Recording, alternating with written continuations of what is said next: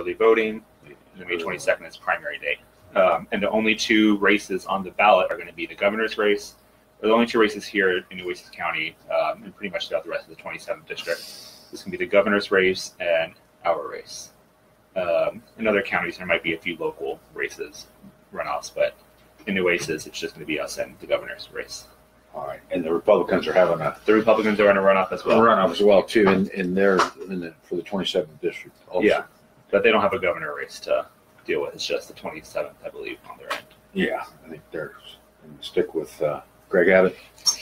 Yeah, I mean, I don't know who else they got, but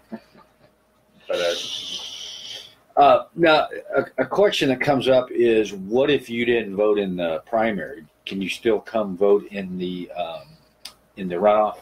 Yeah, as long as if you didn't vote in either party, you could vote for any ticket on the runoff. If you voted in, for example, in the Democratic primary, you have to vote in the Democratic runoff. You can't jump over there and try to screw with the Republican. Yeah, you have to, you know. But in the general, you could vote however way you want. Because in the general, there's no, they don't give you a Democrat or Republican ballot. It's just you make your choices and you could jump around as much as you like. All right. And do we know where the voting places are going to be for early voting and for the May 22nd runoff? I think they're solidifying them pretty soon, but it's pretty much going to be a lot of the same places: the Hearing and Deaf Center, the courthouse, some like Fire Station 7, Veterans High School on the Southside, Greenwood Senior Center, I believe. So the list should be coming out soon, but it hasn't been solidified yet. Okay. And I know a lot of people just go to the courthouse because it's local and it's in the middle of town and it's easy to get to, and that's usually where I go, and usually plenty of good parking and stuff. So. Yeah, but the courthouse is only open during early voting. It is not open on election day because it's not in a precinct. It's not like in a residential precinct.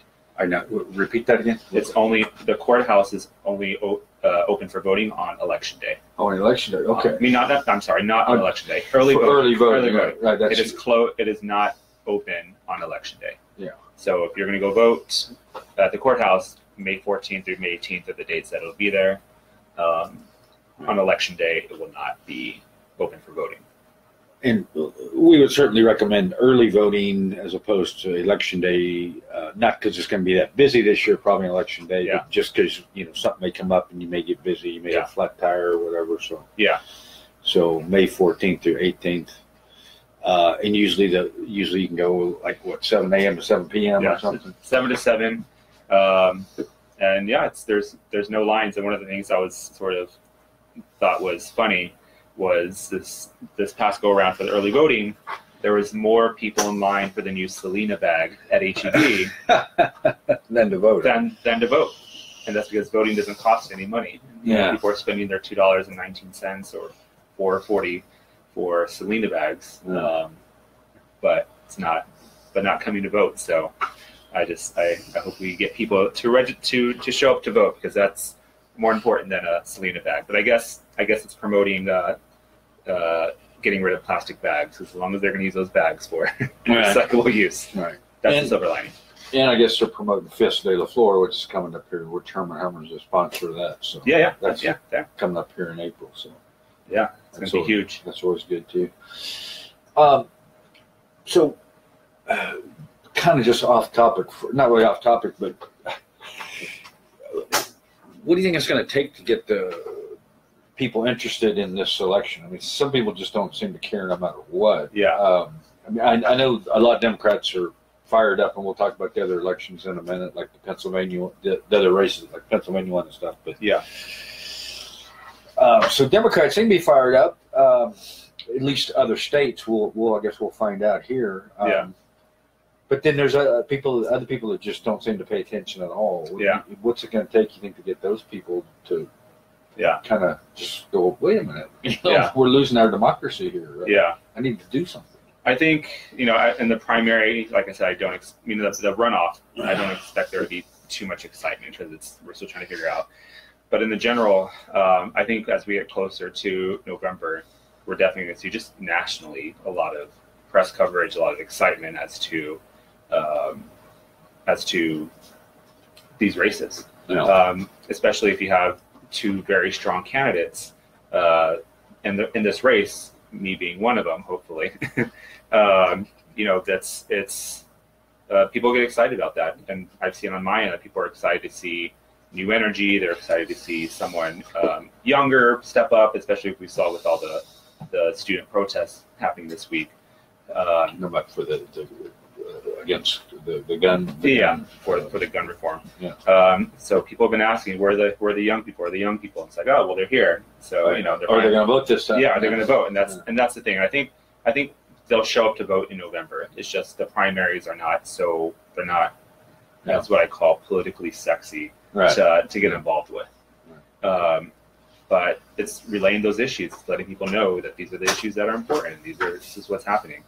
And people are becoming much more in tune to what's going on politically. So. Yeah. Okay. Well, good. Now, I know Roy won a pretty big percentage of the vote. He did. Tell us why people should vote for you over Roy from May 14th to 18th or on May 22nd. Why should they vote for you over Roy? So if you look at the Republican candidates, it's either going to be Michael Cloud or Beck Broom. Those are the top two that are in the runoff. You need someone who is actually able to debate them, who's actually able to go against them. And I'm that candidate. I've yet to see Mr. Pyatt accept any invitations to debate me. And so, you can't have a candidate that's that's hiding. And that's what we're seeing. And the future of the party is sort of the millennials, where the people that are stepping up and ready to fight. And I have the experience in government. I have what it takes. I have the knowledge. I have the know-how. I have the backbone to be able to do this. And so, and ultimately, it's like what's best for the party and for the people. But also in November, on the Democrat side, it's important that people see who's going to be the stronger candidate to win in November. And I firmly believe that I'm a much more stronger candidate than Mr. Pyatt in November. And if he ran, like I said, he ran in 2016 unsuccessfully. And it's unfortunate that he has that name recognition. He has the very common Hispanic surname. My last name's Hispanic also, but it's not very well known to be Latino. So there's a lot of X factors going into that vote count that people don't realize. So, and in fact, we've tried to invite Roy on this show, and he won't even respond to us. So we can't even interview him. Yeah. So I understand he kind of doesn't really announce his positions on most issues. Yeah, I mean, I'm the only candidate that has an actual full policy platform. Yes, we could say we're for veterans. Yes, we could say we're for, give very general, broad statements of support. But I mean, we even see it on the Republican side that a lot of the candidates don't want to let people know where they stand on a lot of issues. Don't want to let people know their ideas. And I let people know so that way I could be held accountable as to where I am on these issues. It's on my website. It's up there. There's no hiding from it. So it's unfortunate that there hasn't been a whole lot of transparency from some of the other candidates as to where they stand on the issues. And I haven't seen that with my Democratic opponent. It's sort of, it's unfortunate that he's hiding. So you feel like if he goes up against a Republican in the fall, that he's probably more likely to lose that race than you would be? Yeah, I mean, it's already an uphill climb as it is, due to the lines. But we see, and I guess we'll talk about the other races and why I see the glimmer of hope.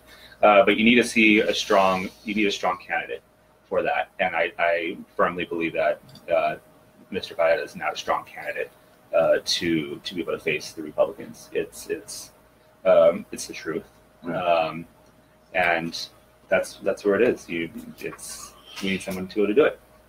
Okay. Well, let's get into that then. We did a previous show about how gerrymandered the district is, and so we're not going to go through that again. But it's skewed heavily to for a Republican to win. I mean, the lines were obviously drawn, so a Republican can win the 27th district, and the courts have ruled that way. But it's still a district. So how would you compare this to, say, what happened in Pennsylvania with Connor Lam and that race up there? Yeah. So I think what we're seeing with electorate / voters is that they, whether they're Republican or down the middle or to the left, there's starting to be a big fraction between. Or two different factions, rather, between in the Republican Party. We have the far left Tea Party, Blake Farenthold. Far right. Far right. Yes. Sorry. Far right Tea Party, Blake Farenthold crowd, and then we have Republicans that that have common sense, that are like, all right, we understand that that we need to work together. And I think that's what we saw in Pennsylvania. One of the other candidates, one, he kind of ran a sloppy campaign.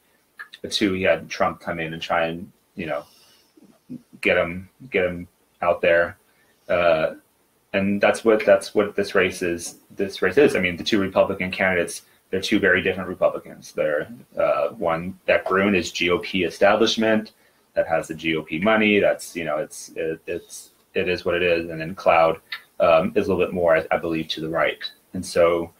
It's a matter of looking at some of the voters and saying it's a matter of the voters' conscience, rather, and seeing where they want to go. Do they want to have another round of Farenthold again for the next cycle or number of cycles until we see what happens with those lines, or do they want to take a chance on another candidate who might not be in the party that they've always voted in, but who they know will work with them and listen to them and take their issues into consideration, which is what I offer. Wow. And I've seen that throughout my primary race. A lot of Republicans have reached out, and even Republican elected officials throughout the county have reached out, and they just say, "Oh, you seem like you know how to work with people, and you're not playing left or right." I'm like, "Yeah, I mean, it's for me, it's doing this race is about working together, and I think that's what people want. And as long as I'm going to keep pushing that message." So.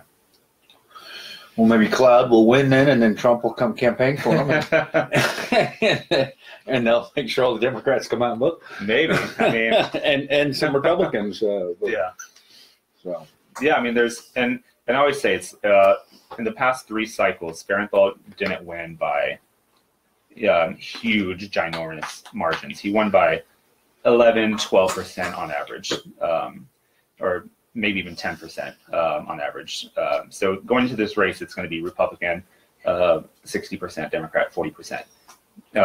Whoever the Democratic nominee is just needs to get 11% or even 50% plus 1 vote to win. So it's not a matter of people see the gerrymander lines and they think, oh, we have to win over all of the Republicans. We don't have to win all the Republicans. There's a good margin of Republicans that swing back and forth. So it's a matter of going to them. And I'm able to attract those votes. I have people from the Green Party that reached out, Libertarians, Independents, obviously Democrats, and Republicans as well, because a lot of my issues align with issues that they agree with. We're not going to have a candidate that you 100% agree with. Wow. And that's the truth of the matter. And are they going to run a Green Party candidate or a Libertarian candidate? I think I heard there might possibly be a Libertarian candidate on the ballot. I don't know if it's 100% official, but I think there is someone being pushed for a Libertarian candidate. So those presumably could peel off a few votes. Yeah, I noticed in that Connor Lam race, I think they had a Green Party and a Libertarian candidate, and I guess you can debate on who they pulled away from. Presumably the Green Party pulled away from Connor, and the Libertarian, not sure, but that's kind of dangerous. Yeah. Kind of what happened with Al Gore in 2000. And Ralph Nader running, and then Hillary in 2016. Yeah, that's right. That's right. With Jill Stein. And, yeah. I mean, it's everyone has the right to run. It's just it's always interesting seeing people's intentions. Yeah, I just think it's important for everybody to remember, though, that every vote really does count. Yeah. And the Pennsylvania race, as I understand, is not completely over because Saccone is saying, wait a minute, there's still some overseas military ballots, or mail-ins that hadn't arrived, and nobody seems to think there's enough to sway the race, but you never know because his margin of victory was only 500 votes or something. So 627 votes. 627. Like so people think, oh, I'm going to cast. It doesn't matter, so I'm going to cast my vote for this other party, thinking it doesn't matter. Well, it does matter. Yeah. Every vote matters. So. Yeah, and there's been races across the country, especially in the past year, where literally someone won by one vote. Yeah, that's right. And that's right. So winning's winning, whether it's won by 1 foot or a mile. Yeah. I just, anyway, that's pretty good proof that every vote matters, and we need everybody out there to vote and vote in a way that will help win and restore democracy. Let's see if we can't kick Putin out of the country, out of running the country. I know. Speaking of that, I saw Donald Trump Jr.'s wife's divorcing him. Yeah, I saw that. And did I read somewhere that she's already hired a criminal defense lawyer? I don't know. I haven't paid attention. I don't pay attention to Trump Jr.'s wife, but it looks like she's getting ready to run as far away as she can. Yeah, well, I mean, if she hires a criminal defense lawyer, I would think maybe she's ready to cut a deal with Mueller or something. It's hard to tell what's going on in Mueller world. Yeah, it's people always think that all the facts and what he knows is what we know, when we absolutely have no idea what he's working on. Well, it's going to be interesting between now and the November elections. So yeah. All right. Well, I know we've gone longer than our usual time. Anything else you want to say or add? Or no, I'm just May 22nd. If everyone gets that on their calendar, is a runoff date. It's important to show up to vote. And then May 14th to May 18th is the election, is the early voting. But if you're voting on the Democratic ticket, I hope to have your support. I hope to have your vote. You need a strong candidate for November. And I'm that strong candidate. And I know the issues. I know how to talk about the issues. So I hope to have your confidence in my campaign. All right. Well, and I'm officially endorsing Eric Holguin at this time. So, and so is Herrman Herrman. So thank you. I would encourage everybody, don't wait till May 22nd, because like I said, it may happen. And, you may get a flat tire or something, or some family emergency. So try to go vote May 14th to 18th so you can get it out of the way. And then you got from basically 7 a.m. to 7 p.m. So anyway, until next week I won't be here. So there won't be a frequently asked question next Friday, but we'll see you the Friday after that.